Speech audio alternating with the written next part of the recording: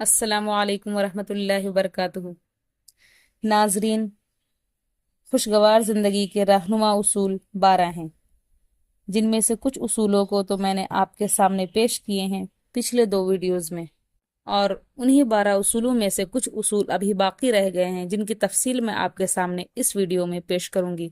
ملاحظہ کریں، مجھے امید ہے کہ آپ لوگ ویڈیو کو مکمل واچ کریں گے اور ویڈیو کو لائک، شیئر اور سبسکرائب کرنا نہ بھولیں گے۔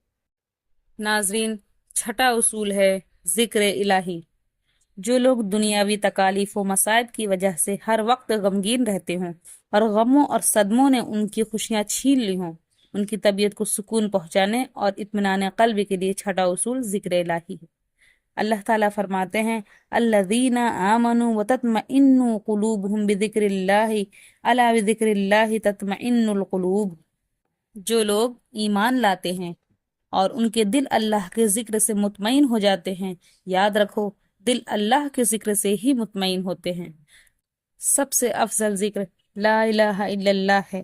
اسی طرح قرآن مجید کی تلاوت کہ جس کی ایک ایک حرف پر 10 نیکیاں ملتی ہیں، پھر سبحان اللہ، الحمدللہ، اللہ اکبر کہ جنہیں جنت کے پودے قرار دیا گیا ہے، اور پھر لا حول ولا قوت الا باللہ کہ جو جنت کے خزانوں میں سے ایک خزانہ ہے، پھر سبحان اللہ و بحمدہ سبحان اللہ العظیم کہ جو اللہ تعالیٰ کو بے حد محبوب اور میزان میں بڑے وزنی ہیں۔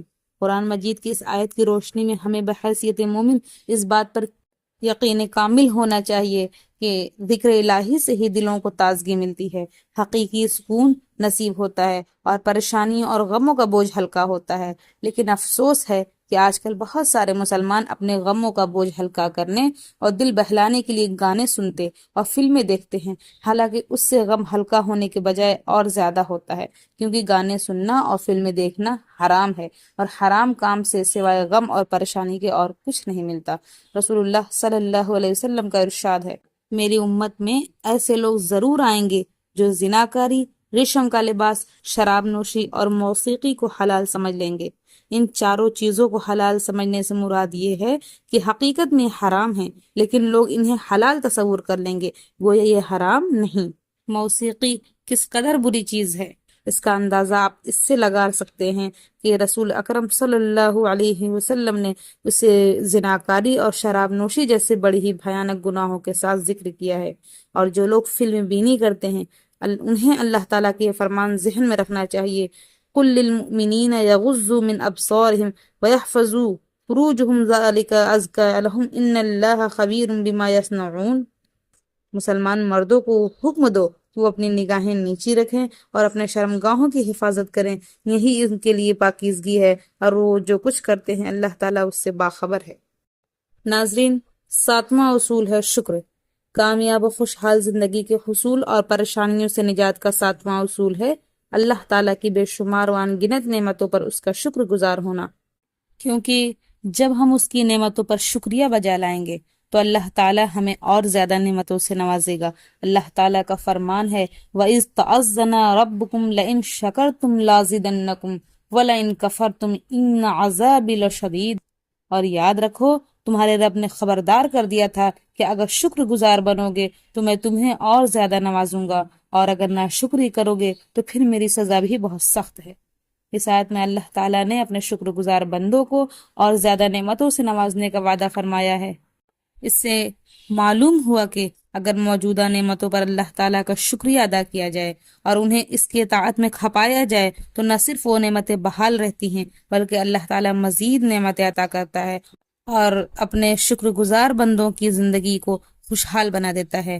اور اس کے ساتھ ساتھ اللہ تعالیٰ نے ناشکری کرنے والوں کو سخت تنبیہ بھی کی ہے کہ وہ ان کی ناشکری کی بنا پر ان سے موجودہ نعمتوں کو چھین کر انہیں مصائب و آفات میں بھی مبتلا کر سکتا ہے، والعیاذ باللہ۔ ناظرین، 8واں اصول ہے صبر۔ دنیا میں سعادت مندی اور خوشحالی کے حصول کا 8واں اصول ہے صبر، یعنی کسی بندہ مومن کو جب کوئی پریشانی یا تکلیف پہنچے تو وہ اسے برداشت کرے، اس پر صبر و تحمل کا مظاہرہ کرے، اللہ تعالیٰ کی تقدیر پر اپنی رضامندی کا اظہار کرے اور اس پر اللہ تعالیٰ سے اجر و ثواب کا طالب ہو۔ یوں اللہ تعالیٰ اس سے راضی ہوگا اور اس کے گناہوں کو مٹا کر اسے اطمینان قلب نصیب کرے گا۔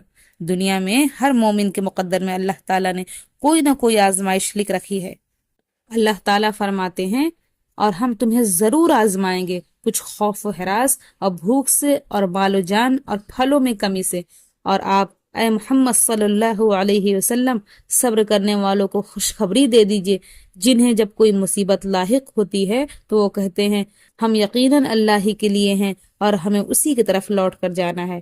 ایسے ہی لوگوں پر اللہ تعالیٰ کی نوازشیں اور رحمت ہوتی ہیں، اور یہی لوگ ہدایت یافتہ ہیں۔ ان آیات میں اللہ تعالیٰ نے آزمائشوں میں صبر کرنے والوں کو خوشخبری دی ہے کہ ان پر اس کی نوازشیں ہوتی ہیں اور وہ رحمت الہی کے مستحق ہوتے ہیں۔ گویا صبر وہ چیز ہے جس سے اللہ تعالیٰ صبر کرنے والوں کی زندگی کو خوشحال بنا دیتا ہے اور اسے اپنے فضل و کرم سے نوازتا ہے۔ آزمائش کوئی بھی ہو، چھوٹی ہو یا بڑی، جسمانی ہو یا ذہنی، ہر قسم کے آزمائش میں مومن کے لیے باعث خیر ہی ہوتا ہے۔ مومن کا معاملہ بڑا عجیب ہے اور اس کا ہر معاملہ یقیناً اس کے لیے خیر کا باعث ہوتا ہے۔ یہ خوبی سوائے مومن کے اور کسی کو نصیب نہیں ہوتی۔ اگر اسے کوئی خوشی پہنچے تو وہ شکر ادا کرتا ہے، اس طرح وہ اس کے لیے خیر کا باعث بن جاتی ہے، اور اگر اسے کوئی غمی پہنچے تو وہ صبر کرتا ہے اور یوں وہ بھی اس کے لیے باعث خیر بن جاتی ہے۔ معزز ناظرین، نواں اصول ہے توکل۔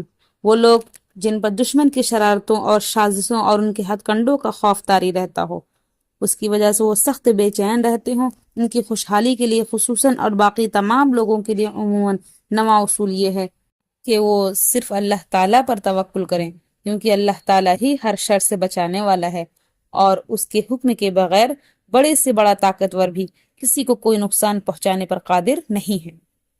اللہ تعالیٰ فرماتے ہیں اور جو شخص اللہ پر بھروسہ کر لے وہ اسے کافی ہے، اللہ اپنا کام کر کے رہتا ہے۔ رسول اکرم صلی اللہ علیہ وسلم اللہ تعالیٰ پر کامل توکل کرتے تھے، جیسا کہ حضرت جابر رضی اللہ عنہ بیان کرتے ہیں کہ ہم نجد کے جانب رسول اللہ صلی اللہ علیہ وسلم کے ساتھ ایک جنگ کے لیے نکلے، پھر آپ صلی اللہ علیہ وسلم سے ہماری ملاقات اس مقام پر ہوئی جہاں کانٹے دار درخت بہت زیادہ تھے، چنانچہ آپ صلی اللہ علیہ وسلم ایک درخت کے نیچے اپنے سواری سے اترے اور اپنی تلوار اس کی ایک ٹہنی سے لٹکا کر سو گئے۔ صحابہ کرام رضی اللہ عنہم بھی ادھر ادھر بکھر گئے اور جہاں جس کو سایہ ملا وہ وہیں آرام کرنے لگا۔ پھر رسول اللہ صلی اللہ علیہ وسلم نے ہمیں بیان فرمایا کہ میں جب سویا ہوا تھا تو ایک آدمی میرے پاس آیا، اس نے میری تلوار اٹھائی تو میں بیدار ہو گیا۔ میں اچانک کیا دیکھتا ہوں کہ وہ ایک ننگی تلوار سوتے ہوئے میرے سر پر کھڑا ہے۔ اس نے مجھ سے کہا کہ آپ کو مجھ سے کون بچائے گا؟ میں نے کہا اللہ تعالیٰ بچائے گا۔ اس نے پھر کہا کہ آپ کو مجھ سے کون بچائے گا؟ میں نے پھر بھی یہی کہا مجھے اللہ تعالیٰ ہی بچائے گا۔ پھر اس نے تلوار نیام میں کر لی، اور یہ دیکھو وہ ہے وہ شخص جو حضرت جابر رضی اللہ عنہ کا بیان ہے کہ آپ صلی اللہ علیہ وسلم نے اسے کچھ بھی نہیں کہا۔ اس واقعہ سے آپ اندازہ کر سکتے ہیں کہ رسول اللہ صلی اللہ علیہ وسلم کتنے مضبوط ایمان کے مالک تھے، اور آپ صلی اللہ علیہ وسلم کا اللہ تعالیٰ پر کس قدر اعتماد و بھروسہ تھا۔ اسی طرح وہ لوگ جو بے روزگار ہوں یا مالی و کاروباری مشکلات سے دوچار ہوں، انہیں بھی اللہ تعالیٰ ہی پر توکل کر کے رزق حلال کے حصول کے لیے جد و جہد کرنی چاہیے۔ اس طرح اللہ تعالیٰ ان کے لیے رزق وافر کے دروازے کھول دے گا اور مالیاتی پریشانیوں سے نکال کر انہیں خوشحال بنا دے گا۔ اگر تم اللہ پر اس طرح بھروسہ کرو جس طرح بھروسہ کرنے کا حق ہے، تو وہ تمہیں ایسے ہی رزق دے گا جیسے وہ پرندوں کو رزق دیتا ہے جو صبح کے وقت خالی پیٹ نکلتے ہیں اور شام کے وقت پیٹ بھر کر واپس آتے ہیں۔ تو ناظرین، آج کے لیے بس اتنا ہی۔ اس ویڈیو میں میں نے آپ کے سامنے 9ویں اصول تک کے اصول کو ذکر کیا ہے، تفصیل سے ذکر کیا ہے۔ اب انشاءاللہ آگے کے جو اصول باقی بچے ہوئے ہیں انہیں میں نیکسٹ ویڈیو میں یعنی پارٹ 4 میں آپ سب کے سامنے تفصیل کے ساتھ ذکر کروں گی۔ تب تک کے لیے اجازت چاہوں گی۔ السلام علیکم۔